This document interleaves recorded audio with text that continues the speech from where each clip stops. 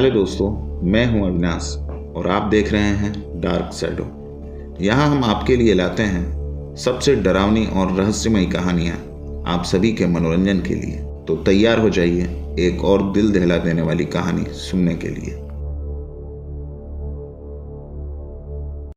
मेरा नाम समर है। जब मैं अपने गांव स्कूल की छुट्टियों में जाया करता था तो खाना खाने के बाद मैं अक्सर दादाजी से भूतिया कहानी सुनने की इच्छा रखता था। एक बार की बात है जब मैंने दादाजी से पूछा, दादाजी मुंजा क्या है, क्या आप मुझे इसके बारे में कुछ बताएंगे? तभी दादाजी ने मुझे मुंजा की कहानी सुनाना शुरू की।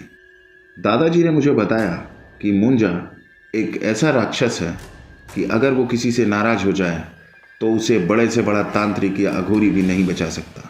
और मुझे इस बात का पूरा भरोसा है। ये कोई कहानी नहीं है बल्कि ये बिल्कुल सच है, क्योंकि मुंजा की हुई तबाही मैंने अपने आंखों से देखी है। मुंजा से छुटकारा सिर्फ मौत ही दिला सकती है। और ऐसा ही कुछ था इस गांव के जमींदार मदन लाल के घर में, जहां पर मैं काम करता था। वो बहुत ही भले इंसान थे। जब मेरी परिस्थिति खराब थी तब उन्होंने मुझे अपने कारोबार में मुनीम रखा था। उनके कारोबार का लेखा जोखा मैं ही देखता था। इस कारण उनके कोठी पर मेरा अक्सर आना जाना हुआ करता था। मेरे और मदन जी के उम्र के बीच ज़्यादा फर्क नहीं था, इसलिए हमारी बहुत अच्छी दोस्ती भी थी। वह हमें हमेशा नौकर की तरह नहीं बल्कि एक दोस्त की तरह समझते थे, इसलिए वह मुझे अपनी सारी बातें बताया करते थे। उस हादसे के बारे में भी उन्होंने मुझे बताया। जब मैं एक दिन दफ्तर के काम से घर पहुंचा तो मदन जी ने मुझसे कहा, मुनीम जी आपसे कुछ बात करनी थी। मैंने उनसे कहा, जी मदन जी कहिए। कुछ दिनों से मुझे हर रात छोटे बच्चों की खेलने कूदने हंसने की आवाज़ें सुनाई दे रही हैं, मगर मेरे घर में तो कोई छोटा बच्चा ही नहीं है, तो फिर यह आवाज़ मुझे क्यों सुनाई दे रही है? तब मैंने उनसे कहा, ये तो बड़े ताज्जुब की बात है मदन जी, ऐसा कैसे हो सकता? ये आपका वहम हो सकता। तभी मदन जी ने मुझसे कहा, नहीं मुनीम जी, ये आवाज़ मुझे बहुत रातों से सुनाई दे रही है, जिसे मैं चाह कर भी अनसुना नहीं कर पा रहा हूँ। और मुझे सिर्फ आवाज़ ही नहीं आती बल्कि कई ब्राह्मण बच्चे घर में इधर उधर भागते हुए दिखाई देते हैं, और वो भी एक नहीं बल्कि चार चार, जिनके सर पे चोटी जनेऊ और उन्होंने धोती भी पहन रखी थी। शुरुआत में तो मुझे भी ये वहम लगा, मगर जब रात रात को मुझे बच्चों की आवाज़ें सुनाई देने लगी, कभी कभी खेलने की, कभी हंसने की, तो कभी मंत्र उच्चारण की, और दिन में भी मुझे यह सब दिखाई देने लगे, तब मुझे यकीन हो गया कि जरूर कोई ना कोई गड़बड़ है। ये बात बताते हुए मदन जी को पसीने आने लगे। वो इतने डरे हुए थे। तभी मैंने उनसे कहा, आप बेकार में ही सोच रहे हैं। कोठी में और भी तो लोग रहते हैं, तो हो सकता है कि उनमें से किसी के बच्चे खेल रहे हैं, और फिर ये आपका वहम भी हो सकता है। मदन जी ने कहा, हाँ एक बार तो मैंने भी यही सोचा था, मगर दिन पर दिन मुझे इन आवाज़ों से डर लगने लगा है। मैं अपने तकिए के नीचे हनुमान चालीसा की किताब भी रखकर सोने लगा हूँ, मगर फिर भी मुझे उन बच्चों की आवाज़ें आती हैं। इसलिए मैं सोच रहा हूँ कि कोठी में काफ़ी दिन से हवन पूजा नहीं रखी गई है, इसीलिए मंगलवार को कोठी में एक पूजा रखवाने का सोच रहा हूँ। तभी अगले दिन पूजा शुरू की गई। परिवार के सभी सदस्य पूजा में बैठे थे। मैं भी उनके साथ पूजा में शामिल था। तकरीबन 1 से 2 घंटे तक ब्राह्मणों ने अपने मंत्र उच्चारण चालू रखे।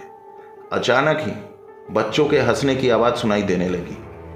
भगत जी के छोटे भाई ने नौकर से कहा, अरे जाओ और जाकर देखो, बाहर कुछ बच्चे खेल रहे हैं, उन्हें शांत करो और कहो कि यहाँ से दूर जाकर खेलें।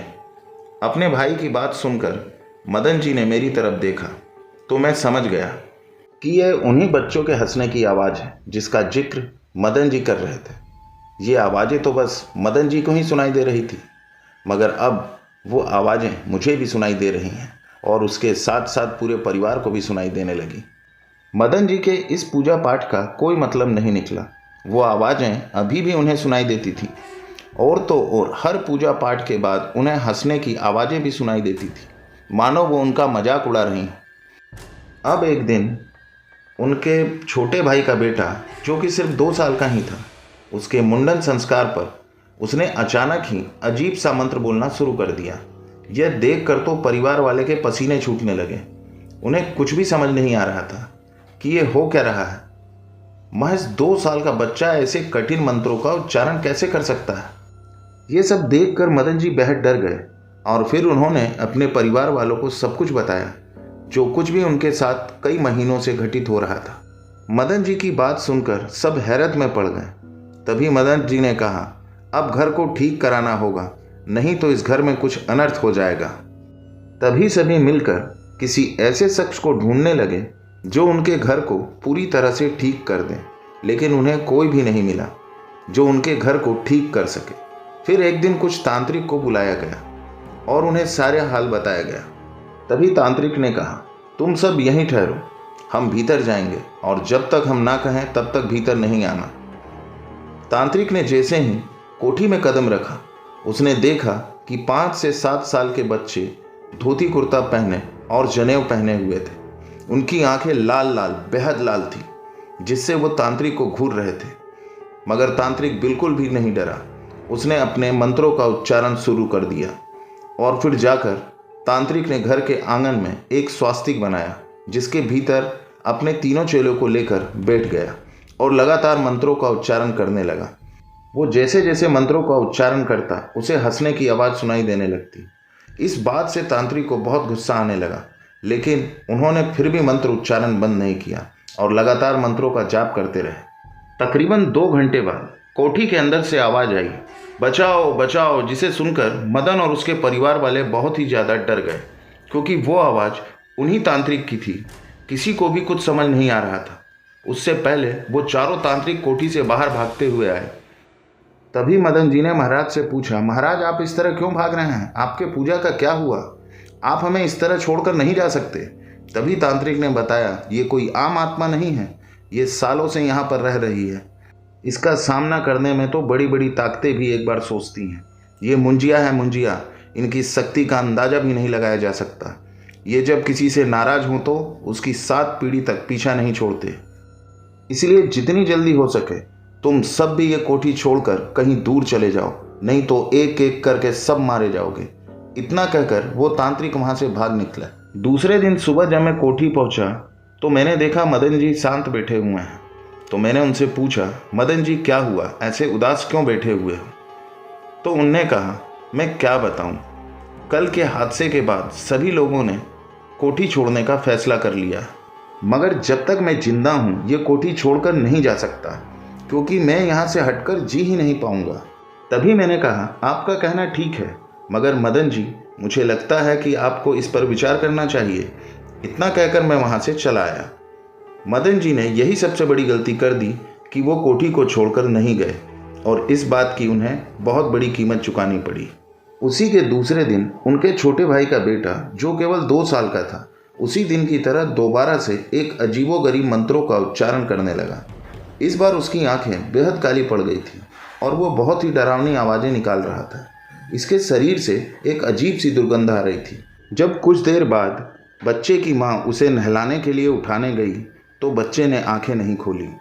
अपने भाई के बच्चे की मौत से मदन जी उभरे ही नहीं थे कि उनके घर में लगातार 3 और मौतें हो गईं। ये तीनों रातों रात ही खत्म हो गए, लेकिन ताज्जुब की बात यह है कि इनमें से किसी को भी कोई बीमारी नहीं थी और ना ही वो किसी हादसे का शिकार हुए थे। इसी बात ने मदन जी को झंझोर कर रख दिया था। और तो और हैरान कर देने वाली गंभीर बात यह थी कि मरने वाले की आंखें गायब थी और साथ ही पूरा शरीर काला पड़ गया था और जगह जगह चोट के निशान भी थे। ऐसा लग रहा था जैसे उन्हें किसी ने बहुत बुरी तरह मारा हो। धीरे धीरे ये बात आग की तरह गांव में फैल गई कि जमींदार मदन जी की कोठी एक भूतिया कोठी, जिसकी वजह से उस कोठी के आसपास भी कोई नहीं भटकता। लोगों का कहना है वहां से आज भी बच्चों के चीखने और खेलने की आवाज़ सुनाई देती है। इन सारी घटनाओं के बाद मदन जी की दिमागी हालत ठीक नहीं रही और वो पागल हो गए। दोस्तों, ये कहानी आपको कैसी लगी हमें कमेंट्स करके ज़रूर बताएं। अगर कहानी अच्छी लगी हो तो चैनल को लाइक करें, सब्सक्राइब करें, साथ ही में बेल आइकन दबाना ना भूलें। धन्यवाद।